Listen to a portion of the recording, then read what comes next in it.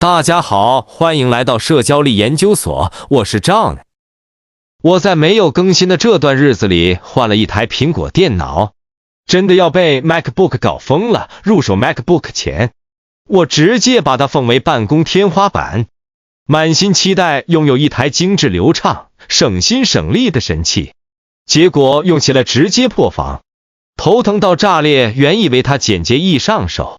沒想到全是反人類操作邏輯，適配問題多到離譜，文件找不到，軟件裝不上，格式不兼容，每天都在跟這些破事死磕。都說它流暢不卡頓，續航頂，可我用着續航掉的比脫髮還快，偶爾還莫名卡頓閃退。作為新手，跟着教程一步步來都能頻頻翻車，每天開機都要做好心理建設，生怕又遇到新 bug， 折騰半天啥也沒搞定，頭疼到腦殼嗡嗡響，血壓飆升，顏值再高也抵不住它難用。再也不迷信蘋果電腦萬事順意了。不過在我努力研究的過程中，我終於知道了蘋果電腦的使用方法，所以借此機會給大家講一講如何使用蘋果電腦。使用電腦的幾個亮點：開箱後保留包裝，以備退換貨之需；鍵盤與屏幕間的紙可保護屏幕。Mac 的菜單欄位於屏幕頂部，包含蘋果標誌、當前應用菜單和狀態欄，可自定義顯示內容。Mac 觸控板功能強大，建議開啟輕點左擊和三指拖移功能，提高操作效率。Mac 鍵盤與 Windows 不同， Command 鍵代替 Ctrl 鍵， Option 鍵代替 Alt 鍵，需適應新的快捷鍵組合。Mac 的文件管理使用仿達，類似於 Windows 的資源管理器，可自定義顯示文件夾，並可將硬盤選項添加到桌面。Mac 的軟件安裝主要通過 App Store 或官網下載 DMG 文件，並需注意第三方軟件的安裝限制。Mac 也需要清理垃圾，可使用第三方清理軟件或手動清理，並注意電池的保養和使用習慣。Mac 的程序窗口管理與 Windows 不同，可使用全屏、分屏等功能，並需注意關閉程序的方式。Mac 的聚焦搜索功能強大，可快速查找文件、打開應用、進行計算等，提高效率。Mac 的快速預覽功能，只需點擊空格鍵即可預覽文件內容，非常方便。思考一下幾個問題：一、Mac 的快捷鍵那麼多，有沒有什麼方法可以快速記住並熟練使用？二、除了視頻中提到的清理軟件，還有沒有其他推薦的 Mac 系統維護工具？三、如果我需要經常在 Mac 和 Windows 之間傳輸文件，除了使用第三方軟件，還有沒有其他更方便的方法？現在就這幾個問題進入我的視頻吧。拿到 Mac 開箱後不要原包裝，有質量問題需要退換貨的時候還是用得到的。鍵盤和屏幕之間的那張紙，今後長時間不用手還可以墊着，可以保護屏幕不留鍵盤印。然後電腦只要開蓋就會自動開機，按照流程設置就可以了。這裡有個需要注意的地方，就是設置名字的時候記得多花幾分鐘想好長期使用的名字，後面開始使用了再想改名字會很麻煩。首先映入眼簾的是上面的菜單欄部分，大部分時間它都會在這裡。剩下的情況，要麼是你全屏的時候它自己隱藏了，要麼就是重度強迫症人士設置它隱藏了。我建議你保留。菜單欄裡面這個蘋果 logo 是雷打不動，始終在這裡的，它可以查看你的電腦硬件信息。在關於本機裡，點擊系統報告，可以執行例如電池壽命、循環次數等等類似的查看硬件數據這類操作。同時這裡也是更新系統版本的地方之一。還有一個最常用的功能就是點擊存儲空間，可以查看剩餘的可用空間。然後系統編號設置這裡可以調整 Mac 的大部分設置，相當於 Windows 系統的控制面板。再然後就是睡眠、重啟和關機鎖屏等基礎功能都是在這裡進行的。蘋果標誌後面這一部分，它的作用是顯示你當前正在使用軟件的功能菜單，這點和 Windows 很不一樣。舉個例子，我分別在 Mac 和 Windows 上打開同一軟件， Mac 左上方這裡就會變成這個軟件的功能菜單，而 Windows 上方沒有這個。有時在程序這裡，有時在程序那裡，而 Mac 通通是在這裡。回到 Mac， 當你打開其他程序，這裡就會變成其他程序的功能菜單。當你沒有使用任何軟件的時候，這裡會默認顯示訪達的功能菜單。那麼訪達是什麼？這個笑臉就是訪達，它的位置呢也是永遠不動的，類似於 Windows 的資源管理器。訪達我們後面的課程會來深度來講。菜單欄的右側是狀態欄，一般顯示電量、網絡、藍牙、時間等等信息，和 Windows 右下角的功能類似。這裡顯示的內容是可以自定義的。補充一個小技巧，按住 Command 鍵，同時拖移圖標可以改變圖標的位置，或者按住 Command 鍵拖移圖標離開菜單欄時，可以刪除這個圖標。看完了上面，我們看下面，底部一排橫着堆放的圖標的區域就是程序屋，最常用的程序一般都會放在這裡。你可以理解為你手機和平板電腦下端的這部分。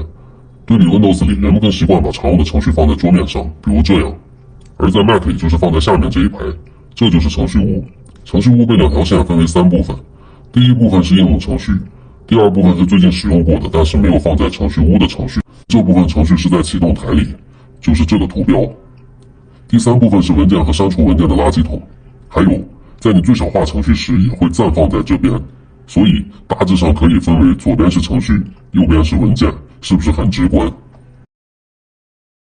在 Windows 上進行左鍵單擊操作，通常用手指輕點一下觸控板即可。在 Mac 的默認設置下是需要按下觸摸板才可以的，所以你多次輕點觸控板都沒有反應，並不是你的電腦壞掉了，而是它就是這麼設計的。如果你想要實現輕點左擊的效果，請打開左上角蘋果標誌裡的系統編號設置，選擇觸控板，光標與點按勾選這裡就可以了。我建議你勾選，用久了會比較省力。Mac 的觸控板是極為強大的，即使你準備使用鼠標，也絕不應該錯過它。比如，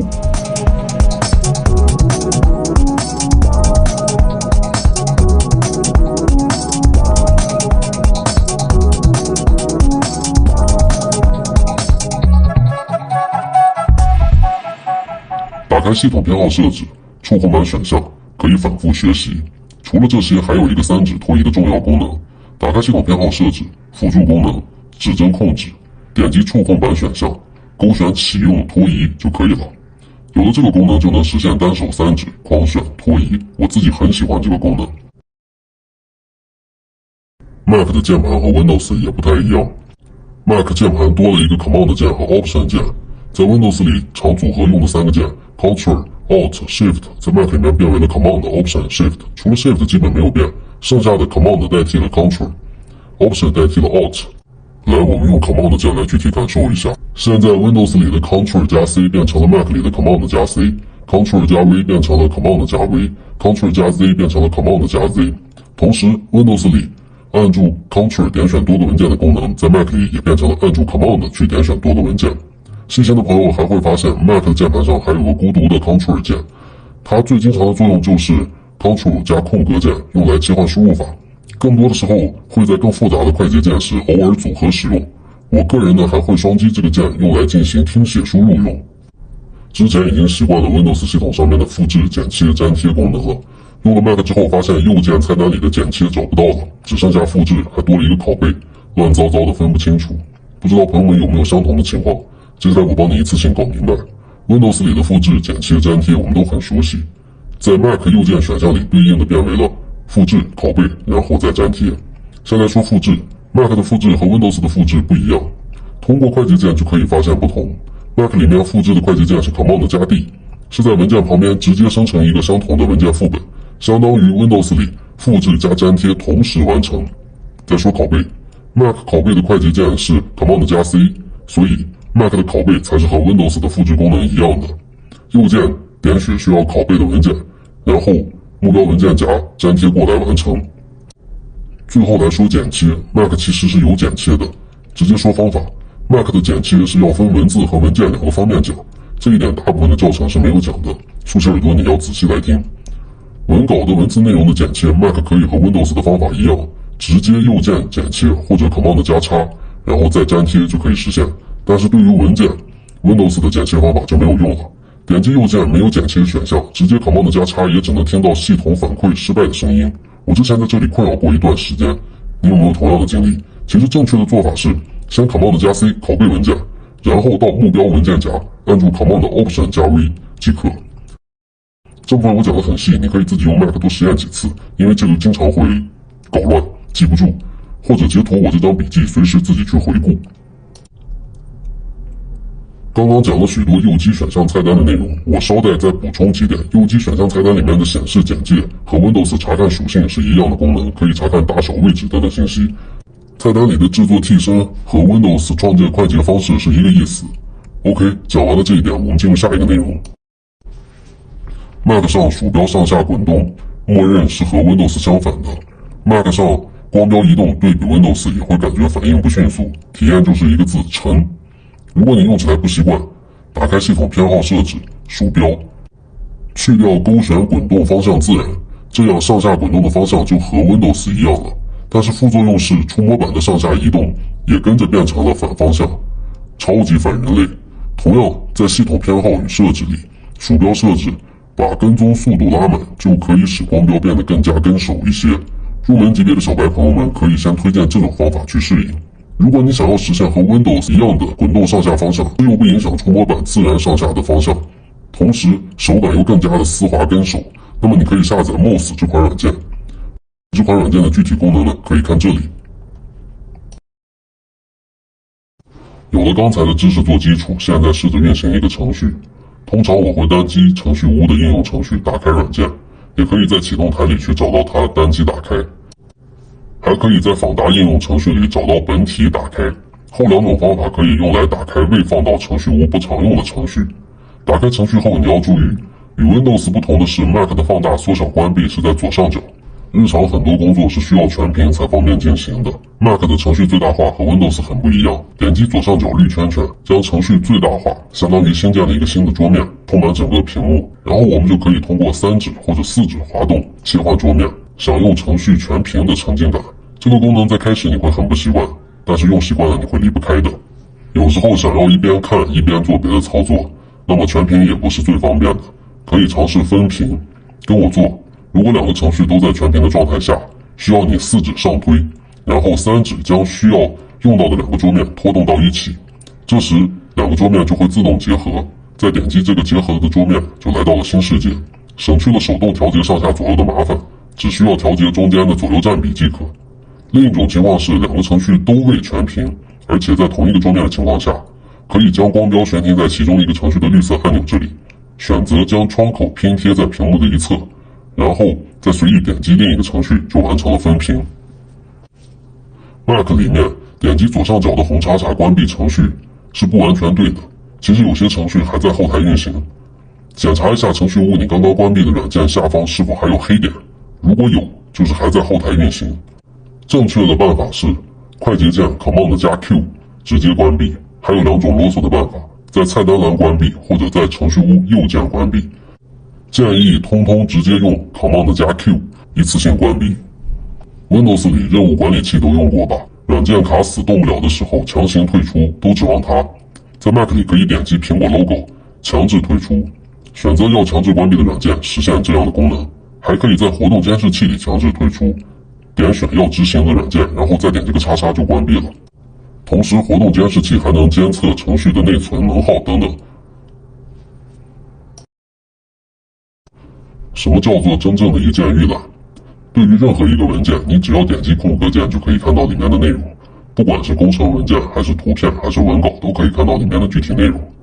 而且還可以看到缩略圖。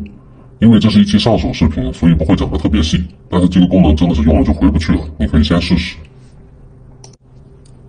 查閱資料截圖是必不可少的， Mac 自帶的截圖功能，按住 Shift Command 加3直接全屏截圖，按住 Shift Command 加4，屏幕出現了類似於 98K 瞄準鏡一樣的圖標，拖選需要截屏的區域，實現區域截屏。Shift Command 加4，如果再加一個空格，可以截屏特定的窗口。如果你按下 Shift 加 Command 加5，彈出一個功能框，前3個選項就是剛剛講的3種截屏，隨後2個選項則是錄屏功能，一個是錄制完整屏幕，一個是錄制區域屏幕。聚焦搜索是 Mac 自帶的一個很棒的功能，可以幫助你快速的找到你需要的文件和其他內容。要打開聚焦搜索，可以點擊菜單欄右上角放大鏡圖標，或者使用快捷鍵 Command 加空格。聚焦搜索不僅可以幫你查找文件，還可以幫你打開已經安裝的應用程序，或者網頁、書籤和歷史記錄。同時，聚焦搜索還有很多其他很好用的小功能，比如可以幫助我們提高效率，匯率換算、英文單詞查詢、充當計算機等等都可以實現。新的電腦安裝程序是剛需，所以這部分我會講得比較細，仔細聽。程序從哪裡獲取？第一種是真正的一鍵安裝方式，和 iPhone 一樣，在蘋果商店裡下載，只要登錄蘋果 ID 就可以安裝各種免費的、付費的程序。左上角可以搜索具體的軟件，然後點擊這裡，等待下載完成就安裝上了。已經用過蘋果商店的朋友會發現很多應用我沒有，這就需要用第二種渠道，用瀏覽器找到軟件的官網，然後下載。注意，必須選擇 Mac 版本。下載完成之後，電腦上會出現一個拓展名為 DMG 的文件。什麼是 DMG 文件？你可以暫停了解一下。這裡你不需要太懂，只要明白 DMG 是 Mac 中最常見的一種安裝格式，和 Windows 裡 EXE 文件是一樣的常用就好了。你可以把它記作大蘑菇，這樣比較好記。大蘑菇文件性質上相當於 Windows 的 ISO 文件，所以打開 DMG 文件後，就相當於給 Mac 掛載了一個磁盤。這時你會看到訪達裡面多了一個磁盤選項，桌面上也多了一個磁盤的圖標，它們兩個是一個東西。等使用完成之後，可以點擊這裡的小按鈕退出磁盤，或者右鍵桌面的磁盤圖標推出磁盤，就退出了安裝。這裡我好像講得太細了，現在我們來正式安裝一下。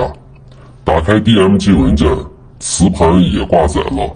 同時彈出一個窗口，左邊是應用程序，右邊是應用程序文件夾的快捷方式。此時你只需要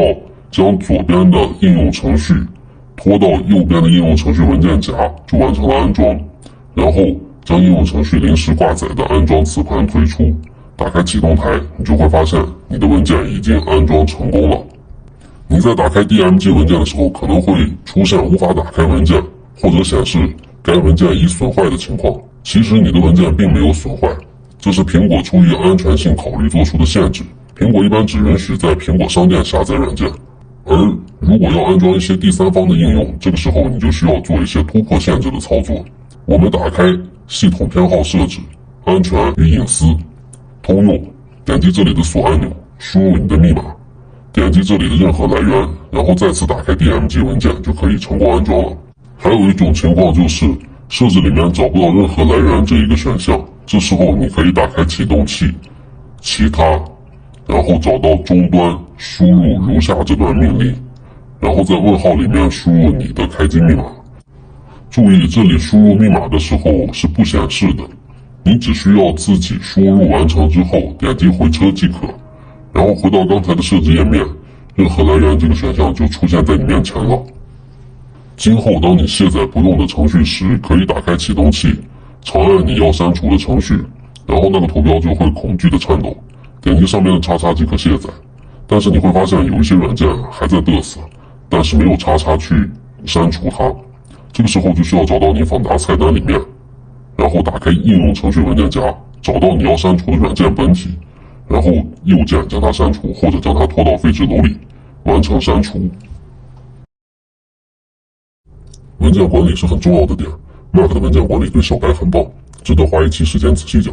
這一期為了快速上手，我只講比較重要的部分。設計文件管理就要用到訪達，它就像 Windows 的資源管理器，它永遠在程序屋的第一個，而且它永遠在運行，所以一定不會找不到它。我們的文件一般分為圖片、文稿、音樂、影片這幾種，所以有時候接收導入的文件或者程序生成的文件就會被 Mac 識別，然後升入到相對應的文件夾中。但是新電腦裡面這幾種文件夾默認是不顯示的，需要自己去設置。打開訪達的偏好設置，邊欄選項，把個人收藏部分需要顯示的文件夾進行勾選，然後再回到訪達的頁面，就會都出現了。以我為例，經常下載和拷貝導入的文件一般都會在下載文件夾，使用它最多，所以拖移下載到最上方，這樣方便使用。同樣也可以在通用中設置開啟訪達時打開下載文件夾，這樣只要點擊訪達，默認打開的就是下載文件夾。再次打開邊欄設置，下面的這些選項你可以按需勾選，但是外置磁盤必須勾選上。在平常沒有接入 U 盤或者硬盤的時候，這裡不會顯示任何盤符，但是當你插入 U 盤和移動硬盤時，這裡就會有所顯示。沒有勾選則不提示任何圖標。同理，在通用設計中也可以將外置磁盤選項勾選，這樣你插入 U 盤時，桌面也會出現 U 盤圖標，方便你更直觀地進行操作。你有沒有疑問過 Mac 裡我的電腦在哪裡？很多人說仿達就是我的電腦，其實 Mac 是沒有我的電腦這個概念的。如果說非要找一個特別像的替代品，我認為是硬盤選項。跟着我打開仿達偏好設置邊欄選項，勾選下面的硬盤選項，然後回到仿達，這裡就出現了硬盤。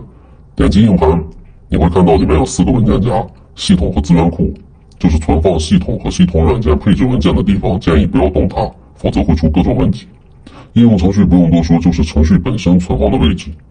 用戶文件夾存放着用戶各自的文件，一般就是你自己的大部分文件。在 Windows 裡，我們會習慣性的将硬盤分為 C、D、E 等等盤符。Mac 這裡一般我們不分區，這也是 Mac 的特色。然後所有類型的文件都放在這一個裡面。做一個不恰當的比喻，這3個就像是 Windows 的 C 盤，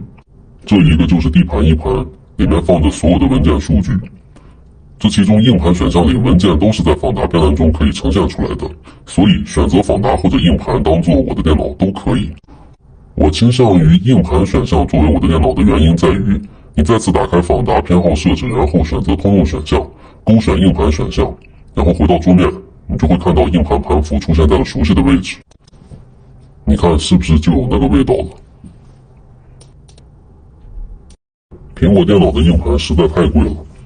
除掉系統本身佔用的，剩下的空間滿足不了自己平常文件的儲存需求，所以將 Mac 上的大體積不常用但偶爾會用得上的文件存到移动硬盤就是很有必要的事情。當我們嘗試將移動硬盤連上 Mac 後，在 Mac 上可以成功複製文件，然而將文件從 Mac 拖入 Windows 的硬盤時，發現根本拖入不進去。這是由於 Mac 使用的是 APFS 磁盤格式，而 Windows 使用的是 NTFS 磁盤格式，所以導致 Windows 硬盤的文件可以拖入 Mac， 但是 Mac 的文件不能拖入 Windows 的硬盘。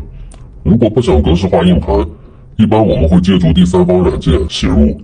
比如很多人用的這款是收費的，像我偶爾用一次，所以挑了這款免費的。你們可以根据自己的需求來選擇，網上有很多相關的軟件推薦。